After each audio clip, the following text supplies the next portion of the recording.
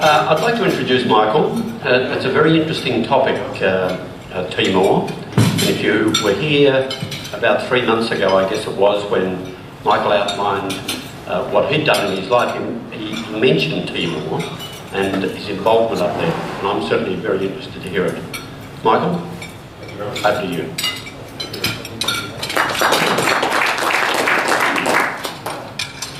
Good morning, everyone. Good morning, everyone. Good morning, Bob. Digging through the drawer of my office, I found a presentation that I did to a previous audience on East Timor. It's personal reflections, and I thought I'd just run through here. So what I plan to talk about is why me, how did I get involved?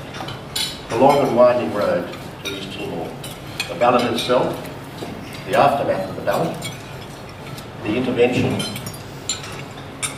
My first visit to East Timor in October 1999 with John Timor. On the road again in 2000 with Minister Scott back to East Timor. And questions and hopefully some answers if you'd like to ask them. How did I get mixed up in all this? I was the senior advisor to the Minister of Defence, who was Ian McLaughlin and then John Moore, in the lead up to the East Timor intervention. Being an advisor is not about knowing the answers, it's about knowing the right questions, as Sam will let you know. So, knowing what the right questions are and who to ask them from. Being an advisor also means your fingers on the pulse, and that's mainly what I did in the whole of that period in the lead up to East Timor and through it. That meant vetting through all the intelligence reports, reading the briefings from the Minister, going to visit all the units, and making sure, from the Minister's point of view, that what he was being told was relevant, that we were being well informed, so that we could eventually, because we were eventually responsible for it, the Minister was responsible for it, the Government was responsible for it, to make sure that there was adequate supervision over all the preparations across all the departments, to make sure that we were going to involve ourselves with a military intervention, and we were pretty sure we would, that we were going to get it right. But there are funny things that happen. Perhaps I'll give you the best example of something really useful I did, and then I'll give you an example of something that wasn't really very useful. And fighting General Cosgrove is perhaps the greatest contribution I made. Peter Cosgrove was a classmate of mine at Duntroon. We served in the army together. We were in Vietnam at the same time, but not in the same unit. I knew Peter very well, and our careers had sort of paralleled each other until I left the army. The plan for the Defence Department was to put another man who was in the United Nations in the head of the INTFET, to head the force going to East Timor, and I wasn't happy that that was the best man. Now obviously as an advisor, you've got to be careful about how you do this. So what I wanted to do was to demonstrate to the Minister that Cosgrove was the right person. So I simply rang him up. I said, I know you're coming down to Canberra. We'll give you a lift on the way home. We're going up to Tyndall to look at the troops. We're going to Darwin. We're going back to Brisbane.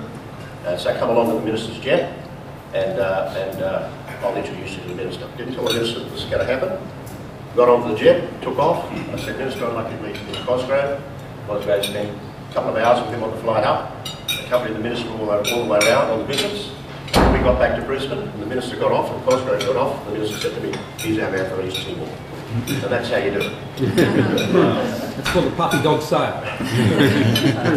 Finally, Private Daniel. 2 days before the troops were about to deploy to East Timor, John Howard decided he'd go up to Townsville to visit the troops. And the night before that, at about 5 o'clock in the afternoon, I got a phone call from Tony O'Leary. Tony said, the Prime Minister wants to meet Private Daniel. Who's Private Daniel? We don't know, but Prime Minister was on Neil Mitchell's show in the morning on the radio on Talkback, and there was a nice lady there called Mrs. Daniel, and she said her son was going to East Timor, and she hoped the Prime Minister would meet him before he went. Can you tell me any more? Well, not really, but we want the Prime Minister to meet Private Daniel. So there's about 16,000 people in the army at that stage, and we didn't actually know how many Private Daniels there were going to be. Didn't have a whole lot of detail. So I said to Tony O'Leary, give me the telephone number of Neil Mitchell's producer. So I rang the producer, a nice lady. I said, the Prime Minister was talking to Mr. Daniel this morning, and we'd like some more details. Well, we don't give out the names of people who called in. So, the Defence Minister is going to be running a very large operation in East Timor, and there'll be a lot of press interest in this. There may be in your interest to assist us in this matter. Oh, fine. So why don't you ring Mrs. Daniel and see if she's happy for me to call her. So the young lady called back about an hour later and said, yes, here's her number, she's in Melbourne, give her a call. I've told her you're going to call and she's expecting a telephone call. So I called and introduced myself as Mrs. Daniel.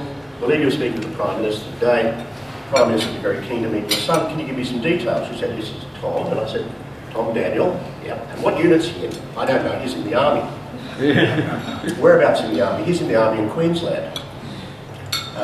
Can you tell me where in Queensland? I think he's in Townsville, so we're narrowing it down. I've got it down to about 2,500 people now. Can you tell me what units he's in? What do you mean unit? What, is he in artillery, infantry or what? Well, I don't really know.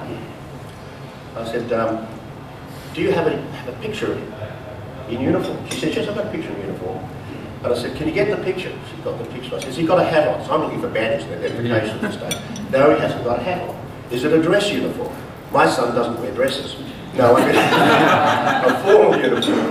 Has he got long sleeves or short sleeves? He's got short sleeves. Great, so I know he's now in summer dress.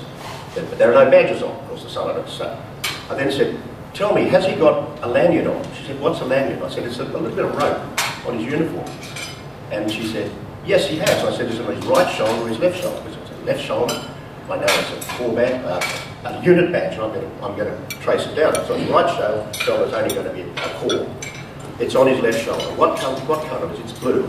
Private Thomas Daniel is in 1RA. I've got it down to that. So I run the duty officer 1RA and say, you've got a young guy called Private Thomas Daniel who's deploying to East Timor. Tomorrow the Prime Minister wants to meet him. We'll fix it. Terrific. So the next day on television, Prime Minister meets Private Daniel. Private Daniel's mum is thrilled to bits, and Private Daniel receives the biggest ribbon he's ever had in his life from all his mates.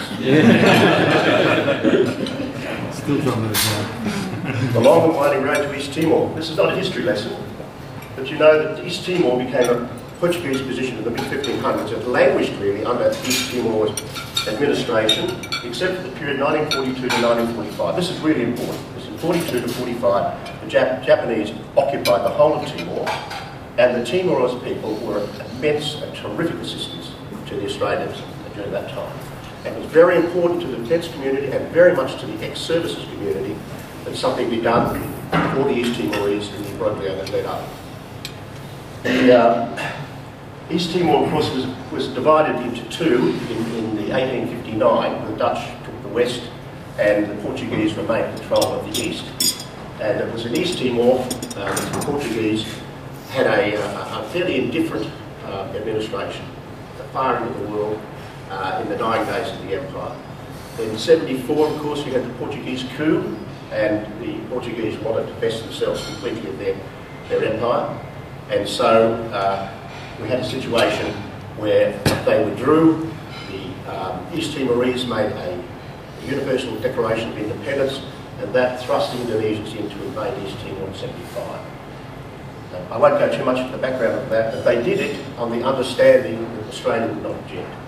And they did that as a result of conversations that we had with Suharto in Indonesia shortly before the invasion.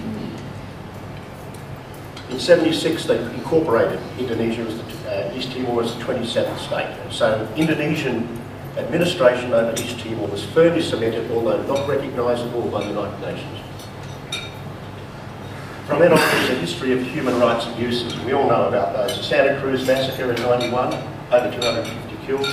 The Nicosia massacre, Brascalo's house in April '99, over 200 people killed. There were many more people displaced, and a considerable amount of civil rights abuses by Indonesia through the civil police, through the military, and through later on through the militias as they grew.